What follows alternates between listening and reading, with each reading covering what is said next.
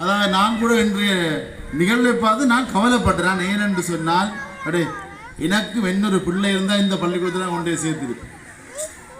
அதான் என்னுடைய கவலை. ஏன்னா அவ்வளோத்துக்கு இந்த பாடசாலையுடைய தரம் மாறி இருக்கின்றது. ஆகவே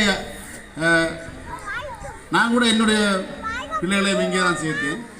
ஆகவே போன ஆண்டு நான் பார்த்ததுக்கும் இந்த ஆண்டு பார்த்ததுக்கும் மாற்றம் ஒன்றே மாறாது என்பது போல இந்த பாடசாலையினுடைய அதாவது இந்த முன்பள்ளியினுடைய சகல நிகழ்வுகளும் மிகவும் தரமானவையாக மாறி ஒவ்வொரு இந்த கால ஓட்டத்துக்கேற்ப மாற்றப்பட்ட நிகழ்வுகளாக அமைந்தன.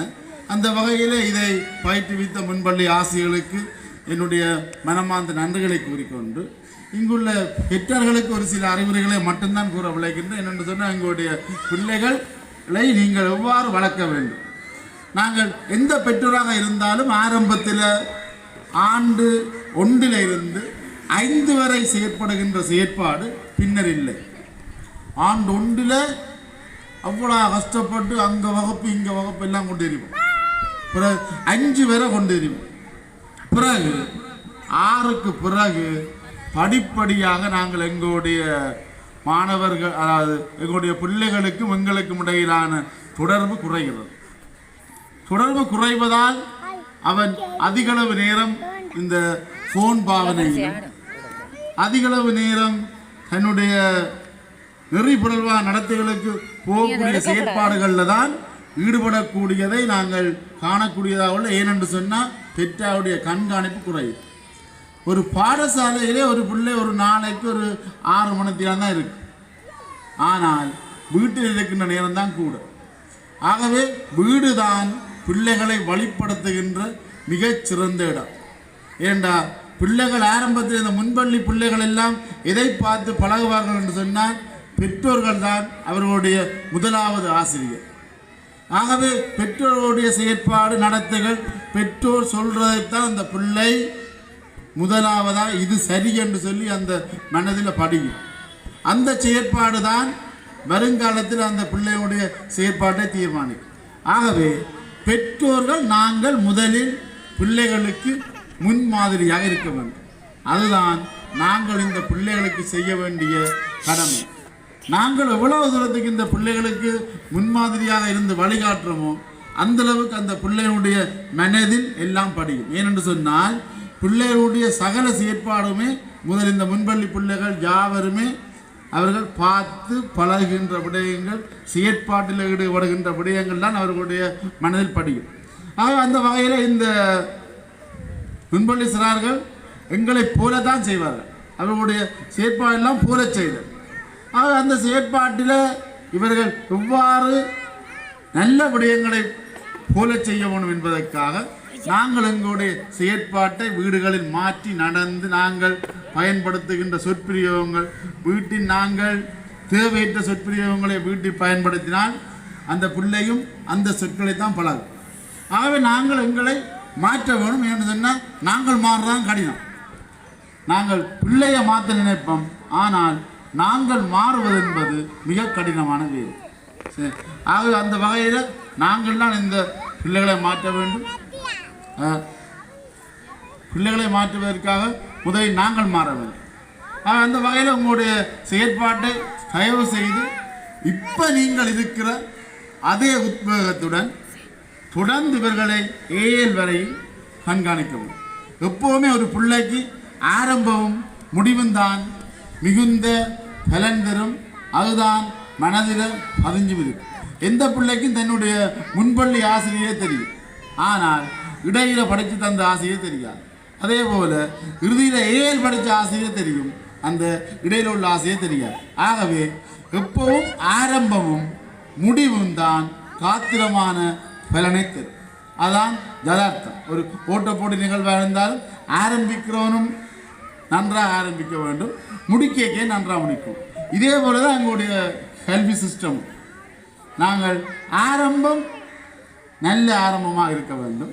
அந்த ஆரம்பத்துக்காகத்தான் நான் சொல்லுகின்றேன், எல்லோரும் கொண்டாந்து ஊர் பாடசாலைகள் தான் சேர்க்க வேண்டும்.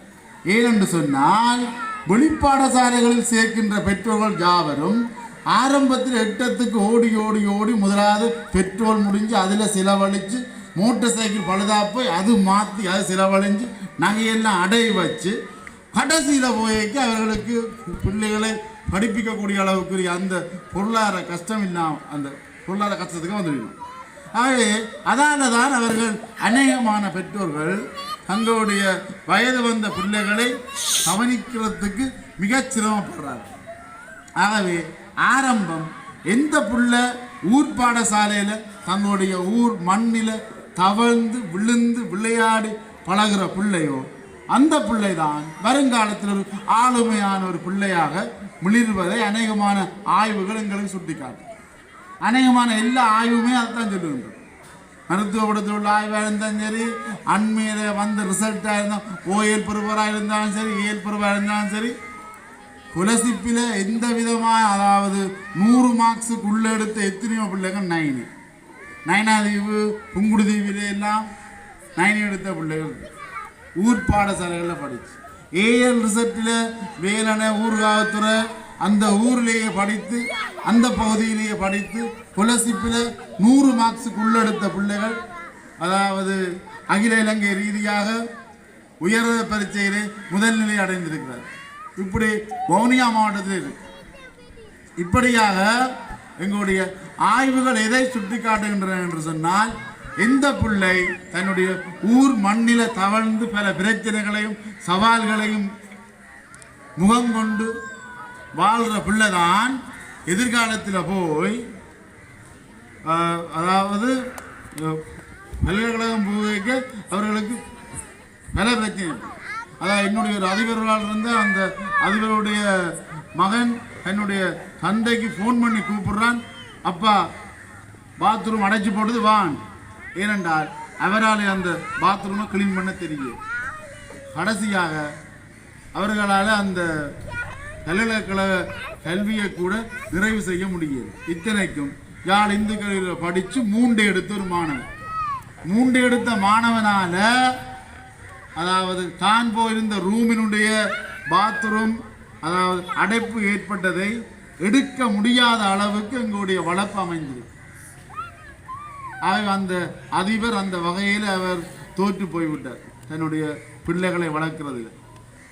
இது ஒரு நடந்த உண்மையான சம்பவம், நடந்த சம்பவம். இப்படியாக பல சம்பவங்களை நான் கூறிக்கொண்டு போகலாம். நேரத்தை கருத்தில் கொண்டு நீங்கள் தயவு செய்து நீங்கள் பெற்றார்கள் செய்ய வேண்டிய ஒன்றுதான் என்னென்று சொன்னால், இந்த முன்பள்ளியை பற்றி நீங்கள் சேருகின்ற ஆக்கள் கதைக்கின்ற ஆக்களுக்கு தயவு செய்து சொல்லுங்கள். வார முறை கொண்டு வந்து சேருங்கோ. நல்ல ஒரு இடம், நல்ல முன்பள்ளி, தரமான கல்வி எல்லாம் நடைபெறுகின்ற என்று உங்களுடைய இங்கே நடக்கின்ற செயற்பாட்டை பார்க்க உங்களுக்கு தெரிஞ்சிருக்கு. அந்த வகையில் இந்த பாடசாலையினுடைய கருத்தை பற்றி நீங்கள் அறிந்தமையால் ஏன்னா இப்போ ஆங்கில ஆசிரியர் நியமிக்கப்பட்டிருக்கிறார்கள். அதுக்காக எங்களுடைய அபிவிருத்தி குழு அவர்களுக்காக மாந்தோறும் அந்த கொடுப்பனை வழங்குகின்றது. அந்த உங்களுடைய செயற்பாடுகளுக்கு எப்படி உங்களுடைய அபிவிருத்தி குழு கட்டாயமாக உங்களுக்கு உதவி செய்யும்.